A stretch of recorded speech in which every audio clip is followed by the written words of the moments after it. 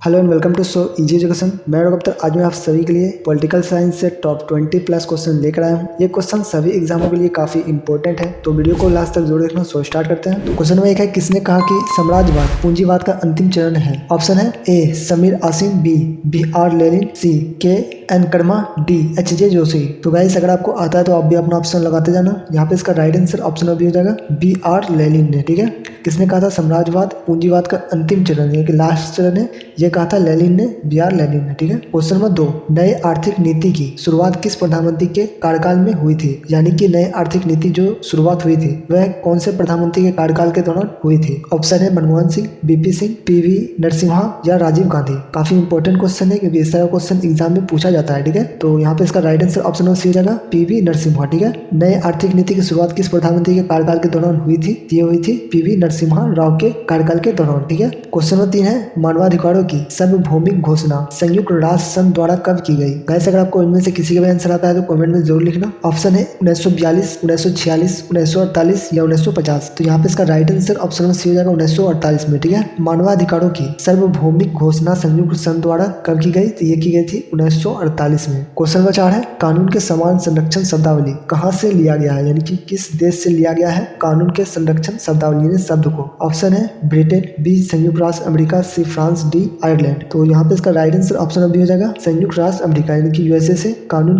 के समान संरक्षण शब्दावली को लिया गया है। क्वेश्चन नंबर 5 है, विश्व सामाजिक मंच यानी WSF की स्थापना कब हुई थी? तो ऑप्शन है 2000, 2001, 2002 या 2004। तो यहाँ पे इसका राइट आंसर ऑप्शन बी हो जाएगा 2001 में। ठीक है, विश्व सामाजिक मंच WSF की जो स्थापना हुई थी वह हुई थी 2001 में। देखो सभी क्वेश्चन काफी इंपॉर्टेंट है तो नोट भी करते जाना। क्वेश्चन नंबर 6 है, किस सिद्धांत के अनुसार वर्ग विहीन समाज में ही न्याय उपलब्ध हो सकता है? ऑप्शन है विधि शास्त्रीवादी, मार्क्सवादी, उदाहरणवादी, लोकतांत्रिक समाजवादी। तो राइट आंसर ऑप्शन डी हो जाएगा लोकतांत्रिक समाजवादी। किस सिद्धांत के अनुसार वर्ग विहीन समाज में ही न्याय उपलब्ध हो सकता है? ये हो सकता है लोकतांत्रिक समाजवादी में। क्वेश्चन नंबर 7, ताड़ी विरोधी आंदोलन किस राज्य से संबंधित है? यानी कि ताड़ी विरोधी जो आंदोलन चला था वह इनमें से किस राज्य से संबंधित है? ऑप्शन है महाराष्ट्र, गुजरात, झारखंड या आंध्र प्रदेश। ये है आंध्र प्रदेश से संबंधित। ठीक है, तो राइट आंसर ऑप्शन डी हो जाएगा आंध्र प्रदेश। क्वेश्चन नंबर 8 है, मेघा पाटेकर का नाम किस आंदोलन से जुड़ा हुआ है? ऑप्शन है नर्मदा बचाओ आंदोलन, बी चिपको आंदोलन, सी ताड़ी विरोधी आंदोलन, डी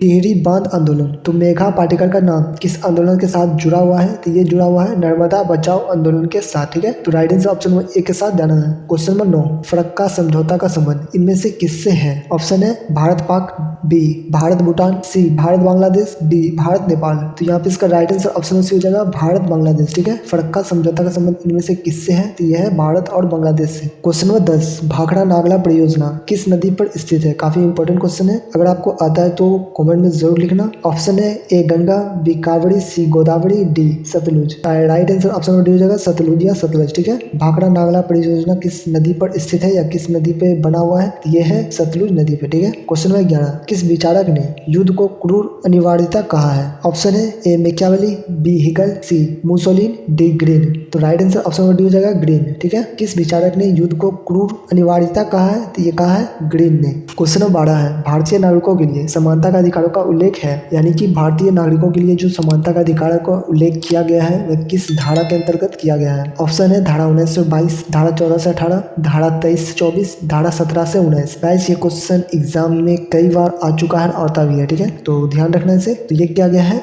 धारा 14 से 18 में। अगर आपको आता है तो आप भी अपना ऑप्शन लगाते जाना। क्वेश्चन 13 है, निर्वाचन आयोग का उल्लेख भारतीय संविधान के किस अनुच्छेद में किया गया है? ऑप्शन है 324, अनुच्छेद 224, अनुच्छेद 395, अनुच्छेद 380। तो निर्वाचन आयोग का उल्लेख भारतीय संविधान के किस अनुच्छेद में किया गया है? तो ये किया गया अनुच्छेद 324 के तहत। ठीक है, तो राइट आंसर ऑप्शन में एक साथ जाना है। क्वेश्चन 14, जनता पार्टी कब बनाया गया? यानी कि भारतीय जनता पार्टी की गठन जो की गई है वह कब किया गया है? ऑप्शन है 1967, 1970, 1988 या 1980। तो भारतीय जनता पार्टी का गठन किया गया 1977 में। तो right answer option number B के साथ जाना है। बता दें कि प्रधानमंत्री इंदिरा गांधी के द्वारा 1975 में जब आपातकाल लगाया गया था 1975 से 77 के बीच, उसी काल में राजनीतिक दल एक समूह के रूप में स्थापित किया जिसका नाम है बीजेपी या भारतीय जनता पार्टी। ठीक है, क्वेश्चन नंबर 15 है, लोकसभा को भंग करने का अधिकार किसे है? काफी कॉमन क्वेश्चन है, ये आपको आना चाहिए। अगर आपको आता है तो कमेंट में जरूर लिखना। ऑप्शन है प्रधानमंत्री, राष्ट्रपति, गृह मंत्री या इनमें से कोई नहीं। तो लोकसभा को जो भंग करने का अधिकार होता है वो होता है राष्ट्रपति को। ठीक है, तो right answer option number B. Question number 16 है वित्त विधेयक सर्वप्रथम कहाँ प्रस्तुत किया जा सकता है? तो ऑप्शन है लोकसभा, शून्य, राज्य की व्यवस्थापिका या संसद में। तो वित्त विधेयक सर्वप्रथम जो प्रस्तुत किया जा सकता है वह किया जा सकता है लोकसभा में। ठीक है, तो right answer option number A.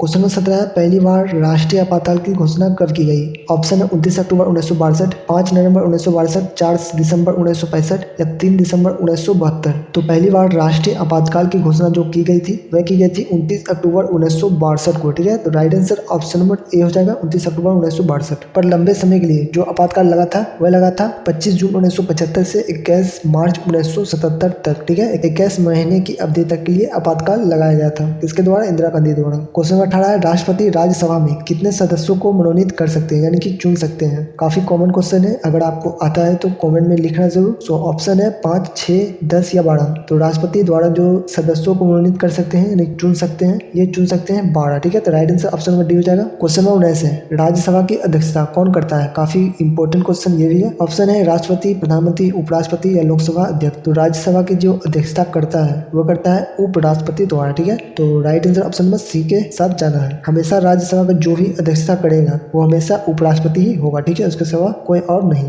Question number 20 है भारतीय संविधान अंगीकृत किया गया। ऑप्शन है 15 अगस्त 1947, बी 26 जनवरी 1951, सी 26 नवंबर 1949, डी इनमें से कोई नहीं। तो भारतीय संविधान को 26 नवंबर 1949 को भारतीय संविधान द्वारा अंगीकृत किया गया था और भारतीय संविधान को 26 जनवरी 1950 को लागू किया गया। ठीक है, यानी लागू कब किया गया? 26 जनवरी 1950 को। अंगीकृत कब किया गया? 26 नवंबर 1949 को। तो दोनों याद रखना। तो right answer option number C के साथ जाना। ठीक है, क्वेश्चन नंबर 21। क्वेश्चन नंबर 21 भारतीय संविधान के अंतर्गत वास्तविक कार्यपालिका शक्ति निहित है यानी कि भारतीय संविधान के अंतर्गत वास्तविक कार्यपालिका शक्ति जो निहित है वह इनमें से किसमें है? ऑप्शन है ए प्रधानमंत्री, बी राष्ट्रपति, सी मंत्रि परिषद में, डी संसद में। तो गाइस जिनको भी इसका आंसर आता है कमेंट करो, मैं आने वाला नेक्स्ट वीडियो में इसका आंसर देने वाला हूँ। नेक्स्ट वीडियो देखने के लिए आप आई बटन या डिस्क्रिप्शन बॉक्स पर क्लिक कर वीडियो को देख सकते हो। सो आज के लिए इतना ही, मिलते हैं फिर एक नई वीडियो के साथ, तब तक के लिए अपना ख्याल रखना। जय हिंद।